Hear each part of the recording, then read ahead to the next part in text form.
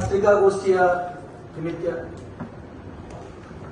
ವೇದಿಕೆ ಮೇಲೆ ನನ್ನ ಜೊತೆ ಆಸೀನರಾಗಿರ್ತಕ್ಕಂಥ ಎಲ್ಲ ಆದರಣೀಯ ಗಣ್ಯ ಮಹನೀಯರೇ ಮತ್ತು ಬೀದರ್ ಜಿಲ್ಲೆಯ ಎಲ್ಲ ನನ್ನ ಪತ್ರಿಕಾ ಸ್ನೇಹಿತರಿಗೆ ನಮಸ್ಕಾರಗಳು. ಬೀದರ್ ಜಿಲ್ಲೆಯಲ್ಲಿ ಬಹುತೇಕ ಇಡೀ ಮಾನವ ಕುಲ ತಲೆ ತಗ್ಗಿಸ್ತಕ್ಕಂಥ ಘಟನೆಯ ವಿರುದ್ಧ ನಾವು ಪತ್ರಿಕಾಗೋಷ್ಠಿಯನ್ನ ಹಮ್ಮಿಕೊಂಡಿದ್ದೇವೆ. ನಮ್ಮ ಜಿಲ್ಲೆಯ ಅಧ್ಯಕ್ಷರು ಸೋಮನಾಥ್ ಪಾಟೀಲ್ ಅವರು ಅನೇಕ ದಶಕಗಳ ಹಿಂದೆ ನಡೆದಂತಹ ಅಜ್ಮೀರ್ನ ಪ್ರಕರಣವನ್ನ ಹೋಲಿಕೆ ಮಾಡಿ ಅವರ ವಿಚಾರವನ್ನ ವ್ಯಕ್ತಪಡಿಸಿದರು. ಅಲ್ಲಿಯೂ ಕೂಡ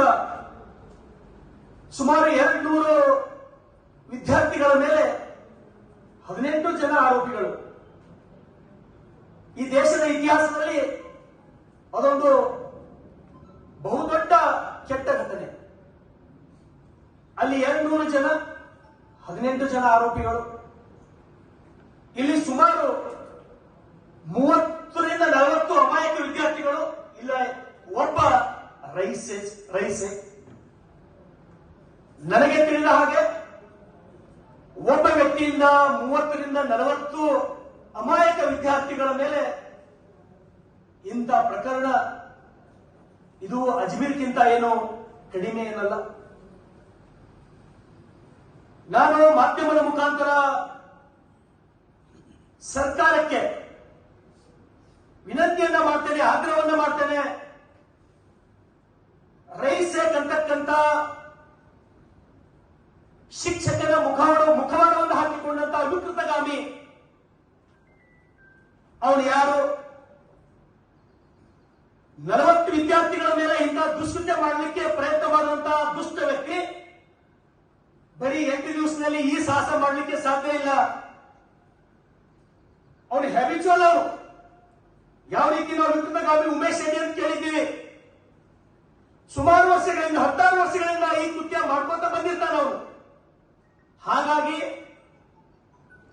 ಈ ತಪ್ಪು ಯಾರ್ದು, ಯಾರ ಹೊಣೆ? ಇಂಥ ದುರ್ಘಟನೆ ನಡೆದರೂ ಕೂಡ ಸಂಬಂಧಪಟ್ಟಂತ ಆಡಳಿತ ಮಂಡಳಿ ಏನು ಮಾಡುತ್ತಿತ್ತು? ಆಡಳಿತ ಮಂಡಳಿ ಕಣ್ಣು ಮುಚ್ಚಿಕೊಂಡು ಕೂತಿದ್ದೇನು? ಆ ಆಡಳಿತ ಮಂಡಳಿಯಲ್ಲಿ ಯಾರಾದ್ರೂ ಒಬ್ಬರು ಅಥವಾ ಇಬ್ಬರು 100ಕ್ಕೆ 100 ಗದ್ದಾರ ಮತ್ತು ಅವನಿಗೆ ಬೆಂಬಲದ. ನಾನು ಎಲ್ಲ ಆಡಳಿತ ಮಂಡಳಿ ಮೇಲೆ ಆರೋಪ ಮಾಡಲ್ಲ. ಅಲ್ಲಿರ್ತಕ್ಕಂಥ ಆಡಳಿತ ಮಂಡಳಿ 95% ಜನ ಒಳ್ಳೆಯವರೇ, ಬುದ್ಧಿಜೀವಿಗಳೇ. ಆದ್ರೂ ಒಬ್ಬರು ಅಥವಾ ಇಬ್ಬರು ಆಡಳಿತ ಮಂಡಳಿಯ ನಿರ್ದೇಶಕರು ಗದ್ದಾಢರ, ಅವನ ಬೆಂಬಲಕರ. ಹಾಗಾಗಿ ಇದಕ್ಕಾಗಿ ಒಂದು ವಿಶೇಷ ತಂಡ ರಚನೆ ಆಗಬೇಕು. ತಂಡ ರಚನೆ ಆಗೋದ್ರ ಜೊತೆಗೆ ಅವನು ಮೂಲ ಭಾರತೀಯವಂತ ನಾವು ಕೇಳಿವಿ. ಆ ಭಾರತೀಯಿಂದ ಅವನಿಗೆ ಇಲ್ಲಿಗೆ ಯಾರು ತಂದರು? ಯಾರು ಇನ್ಫ್ಲುಯೆನ್ಸ್ ಅವನಿಗೆ ಮಾಡಿದ್ರು? ಅಥವಾ ಹಿಂದೂ ಸಮಾಜದ ಅನೇಕ ವಿದ್ಯಾರ್ಥಿಗಳಿಗೆ ಬಲಿ ಕೊಡ್ಬೇಕಂತ ಹೇಳಿ ಏನಾದ್ರೂ ಅವ್ರ ಉದ್ದೇಶ ಇತ್ತೇನು ಅಂತಕ್ಕಂಥದ್ದು ಗಂಭೀರವಾಗಿ ತನಿಖೆ ಆಗಬೇಕು, ಚರ್ಚೆ ಆಗಬೇಕು. ಈಗಾಗಲೇ protection of childrens from sexual offence act 2012 ಅಡಿಯಲ್ಲಿ ಅವನಿಗೇನು ಕಾನೂನಿನ ಅಡಿಯಲ್ಲಿ ಕಠಿಣ ಶಿಕ್ಷೆ ಆಗಬೇಕು, ಜೀವಾವಧಿ ಶಿಕ್ಷೆ ಆಗಬೇಕು, ಗಲ್ಲು ಶಿಕ್ಷೆ ಆಗ್ಬೇಕಂತ ಹೇಳಿ ಬಸವ ಕಲ್ಯಾಣದ ಒಬ್ಬ ಶಾಸಕನಾಗಿ ನಾನು ಆಗ್ರಹ ಮಾಡ್ತೇನೆ. ಇವತ್ತು ನಾವೆಲ್ಲರೂ ಗುರುವಿನ ಗುಲಾಮನಾಗುವ ತನಕ ದೊರೆದಂಡ ಮುಕ್ತಿ ಅಂತ ಹೇಳಿ ನಂಬಿ ನಾವು ನಮ್ಮ ಮಕ್ಕಳಿಗೆ ನಾವು ಶಾಲೆಗೆ ಕಳಿಸ್ತೀವಿ. ಇದು ನೋಡಿದ್ರ ಏನಪ್ಪಾ ಇದು, ಒಬ್ಬ ಶಿಕ್ಷಕ ಈ ರೀತಿ ಮಾಡಬಹುದಾ?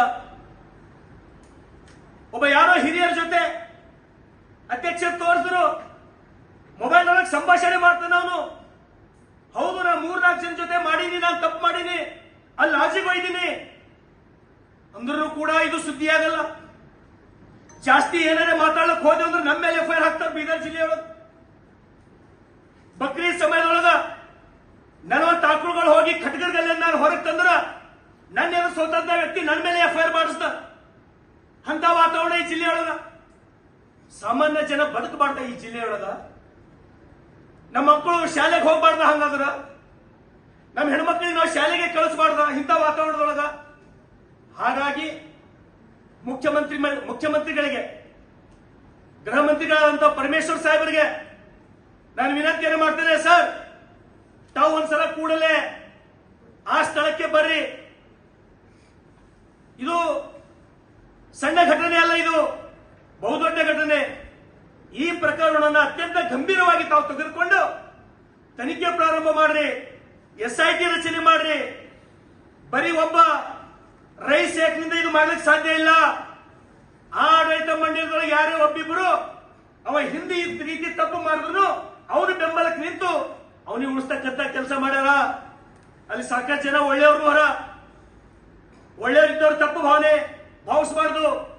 ಯಾವ ನಿರ್ದೇಶಕ ತಪ್ಪು ಮಾಡಿ ಅವನು ಬೆಂಬಲಕ್ಕೆ ನಿಂತಾನ ಅವನಿಗೂ ಕೂಡ ಶಿಕ್ಷೆ ಆಗ್ಬೇಕು. ಯಾಕಂದ್ರ ವಿದ್ಯಾರ್ಥಿಗಳು ಬೆಳೆದ ಏನೋ ಜೀವನ ಕಟ್ಕೋಬೇಕಂತ ವಿದ್ಯಾರ್ಥಿಗಳ ಮೇಲೆ ಈ ರೀತಿ ಬಲಾತ್ಕಾರ, ಅನ್ಯಾಯ, ಅತ್ಯಾಚಾರ ಬಹುತೇಕ ಮಾನವ ಕುಲ ಇದಕ್ಕೆ ಸಹಿಸಲಿಕ್ಕಾಗಲ್ಲ.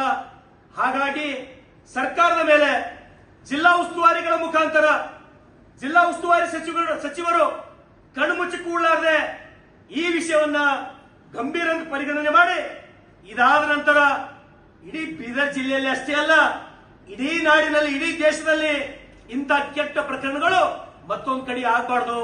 ಆ ರೀತಿ ತಾವು ಕಠಿಣ ಕಾನೂನುಗಳನ್ನ ತರ್ರಿ ಅಂತಕ್ಕಂಥದ್ದು ತಮ್ಮ ಮಾಹಿತಿಗೆ ತರುತ್ತಾ, ವಿಶೇಷವಾಗಿ